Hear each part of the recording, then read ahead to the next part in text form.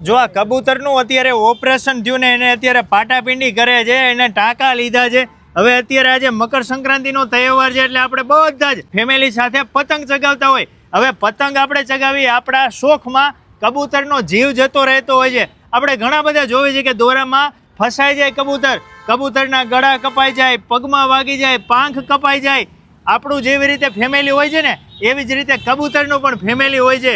એ સવારમાં એ આપણે જેમ અનાજનો દાણો કેમ મજૂરી કરવા જાય એવી જ રીતે અનાજનો એ દાણો લેવા માટે જતા હોય છે અને એ સાંજે પાછા વળવાના હોય. એના ઘરે પણ નાના નાના બાળ બચ્ચા હોય, એના મા બાપની રાહ જોતા હોય અને આપણે સાંજે 5-6 વાગ્યે પતંગ ચગાવી અને દોરામાં કબૂતર આવી જાય ને ગળો કપાઈ જાય એટલે કબૂતર સીધું નીચે આવી જાય ને જીવ ગુમાવી દે. નાના નાના એના પણ બાળ બચ્ચા હોય એ પણ ટળવળતા હોય.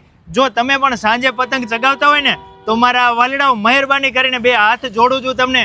4-5 વાગ્યાના સમયે જ્યારે કબૂતર રિટર્ન થતા હોય ને ત્યારે 2 હાથ જોડીને તમને પગે લાગુ છું કે મારા વાલીડાઓ મહેરબાની કરીને સાંજના સમયે પતંગ ન ચગાવતા, પતંગ ન ચગાવતા.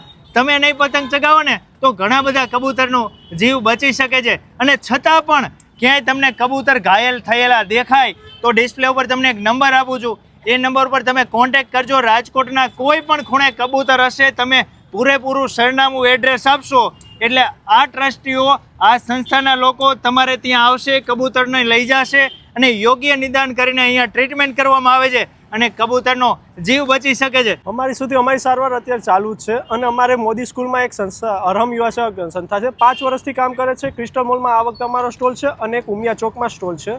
તો ત્યાં તમારી રીતના પહોંચાડી શકો તો પહોંચાડી શકો, અથવા તો ડિસ્પ્લેમાં તમને જે નંબર આપે છે તેમાં તમે પૂરું એડ્રેસ આપો તો અમે ત્યાં ઝડપી પહોંચી શકીએ અને કબૂતરને બચાવવાનો પૂરેપૂરો પ્રયત્ન કરી શકીએ. તે માટે તમને અપીલ છે કે તમે પૂરું એડ્રેસ અમને આપો.